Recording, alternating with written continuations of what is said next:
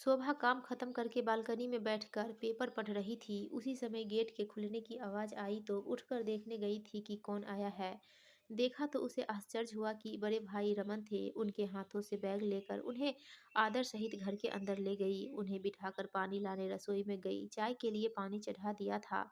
उन्हें पानी देने के लिए आते हुए सोच रही थी कि यह अचानक भाई क्यों आए होंगे। 3 महीने पहले घटी हुई घटना के बाद उसने सोच लिया था कि अब मेरा मायका नहीं रहा है, पर आज भाई अचानक। उसने भाई को पानी पिलाया और कुशल मंगल पूछने पर उन्होंने सिर हिलाकर सब ठीक है कहा। बात को आगे न बढ़ाते हुए रसोई में गई और चाय बनाकर भाई को दे दी। भाई ज्यादातर बातें कम ही करता था, वह खुद भी कम बात करती थी, इसलिए वातावरण शांत था। भाई के पसंद की खाना बनाने अंदर गई। शोभा के पति उमेश दोपहर का खाना घर आकर खाते थे। उन्होंने आते ही रमन को देखा और नमस्ते कहा। शोभा ने कहा खाना लग गया है, खाते हुए बातें कर लीजिए। दोनों खाने की मेज पर बैठ गए। शोभा ने खाना परोसा। रमन ने कहा उमेश, आप और शोभा दोनों ही इतने बड़े घर में रहते हो। मुझे याद है कि आपकी 2 बेटियां भी हैं। सोचो जरा, दोनों की शादियां हो गई तो वे अपने ससुराल चली जाएंगी, यहाँ आएंगी भी तो मेहमान बनकर। उमेश ने कहा वह तो ठीक है, पर आप कहना क्या चाहते हैं? रमन ने कहा कि पापा जी ने जो घर शोभा को दिया है उसे बेच दीजिए, मैं खरीद लेता हूँ। अभी वहाँ इस घर का दाम 2 लाख तक चल रहा है। चाहे तो आप भी पूछताछ कर लीजिए। उमेश, असल में मैं उस कंपाउंड में हम दोनों भाइयों के घर ही रहे ऐसा चाहता हूँ। उमेश बहुत ही व्यवहारशील व्यक्ति थे। उन्होंने कहा कि आप थोड़ा आराम कर लीजिए, मैं शाम को आऊँगा तब बात करेंगे। उमेश के ऑफिस जाने के बाद रमन ने शोभा से बात भी नहीं की और कमरे में आराम करने के लिए चले गए। शोभा को खाना खाने की इच्छा नहीं हुई, इसलिए सब कुछ समेटकर कमरे में अपनी मन पसंदीदा जगह खिड़की के पास बैठकर बाहर देखने लगी और पुरानी यादों में खो गई थी। शोभा के पिता एक छोटे से गांव में काम करते थे। 2 भाइयों के बाद उसका जन्म हुआ था और बहुत ही प्यार से पलने लगी थी। उस जमाने में ही पिता ने बहुत बड़ी जमीन खरीदी और 2 पोर्शन वाला घर बनाया था। शोभा को पढ़ने की इच्छा थी, परंतु पिता ने उमेश के घर शादी करके उसे वहां भेज दिया था। उमेश की माँ बहुत तेज तर्राक औरत थी। पिताजी के दिए हुए 70,000 रुपये का उपयोग करके ननद की शादी करा दी और शोभा को ताने देती थी कि मायके से कुछ नहीं लेकर आई है। उमेश अपनी माँ की तरफदारी करते थे। एक बार तो हद ही हो गई थी।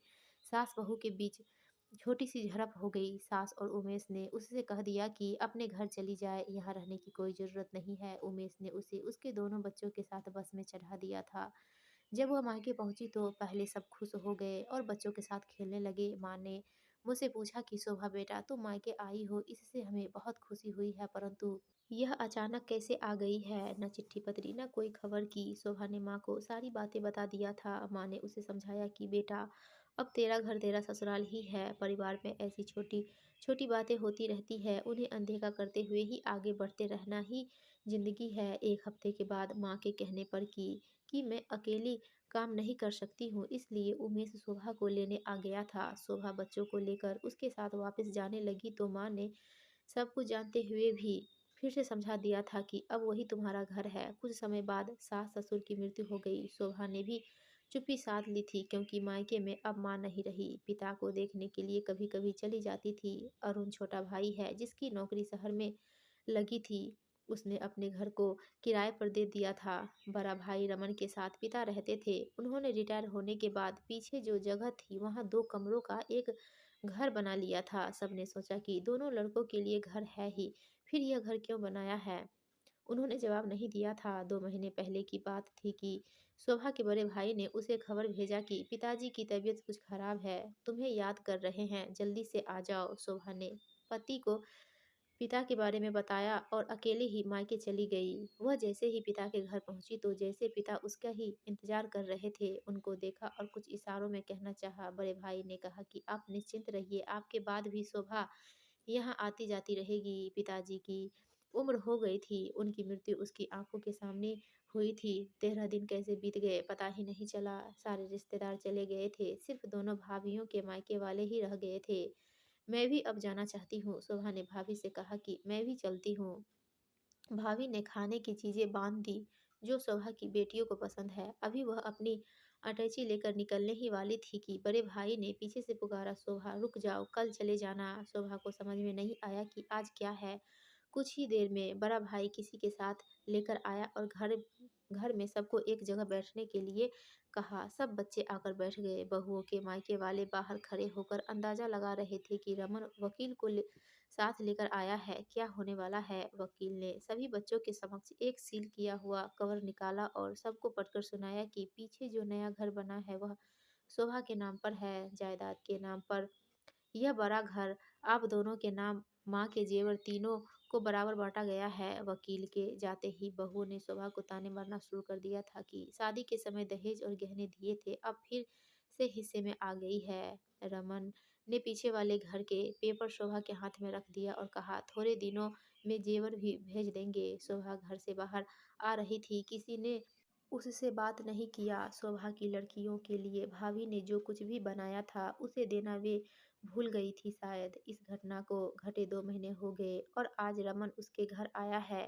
कॉफ़ी की सौंधी सी महक से उसके पैर बरबस ही रसोई की तरफ बढ़े। वहाँ छोटी बिटिया ऑफिस से आकर कॉफ़ी बना रही थी। माँ को देखते ही कहा, आज बड़े मामा जी अचानक हमारे घर आए हैं, रास्ता तो नहीं भूल गए हैं? नाना जी की वसीयत के बाद वहाँ से कोई खबर नहीं थी। शोभा कुछ कहती उसके पहले ही उमेश ऑफिस से शोभा कहते हुए आ गए थे। रमन भी सोकर उठ गए थे। उमेश की आवाज़ सुनकर बैठक में आ गए।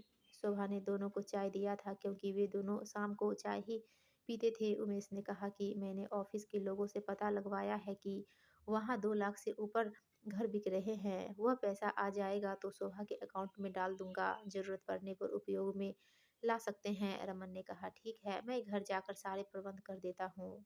1-2 हज़ार ज़्यादा चले भी गए तो क्या है, बहन ही को मिलेंगे, है ना शोभा? रमन बहुत ही खुश था। उसने कहा, थैंक यू उमेश, मैं डर रहा था कि तुम मानोगे कि नहीं। छोटी बेटी अंदर कमरे से आई और कहा, घर माँ के नाम पर है, नाना जी ने उन्हें दिया है। आप दोनों को नहीं लगता कि उससे भी एक बार पूछे कि वह क्या चाहती है? मायका का घर माँ का नहीं है और ससुराल का घर माँ का नहीं है।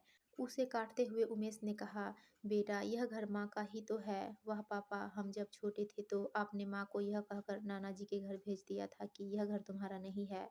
वहाँ नानी ने बताया कि यह घर तुम्हारा नहीं है बेटा, तुम्हारा ससुराल ही तुम्हारा है। आज जब उनका अपना घर है तो आप उनसे बिना पूछे उसे बेचने की बात कर रहे हैं। बेटी ने माँ की तरफ मुड़कर कहा, माँ जहाँ जरूरत है वहाँ तो कुछ बोल दिया करो, आप चुप कैसे रह सकती है? मामा जी और पापा, वह माँ का घर है, उसे वह नहीं बेचेंगी। क्यों माँ, मैं ठीक कह रही हूँ? बेटी की बातें सुनकर शोभा की आंखें खुशी से चमक गई और आंखों में खुशी के आंसू आ गए। उसने हाँ में सिर हिलाकर अपनी मर्जी बता दिया।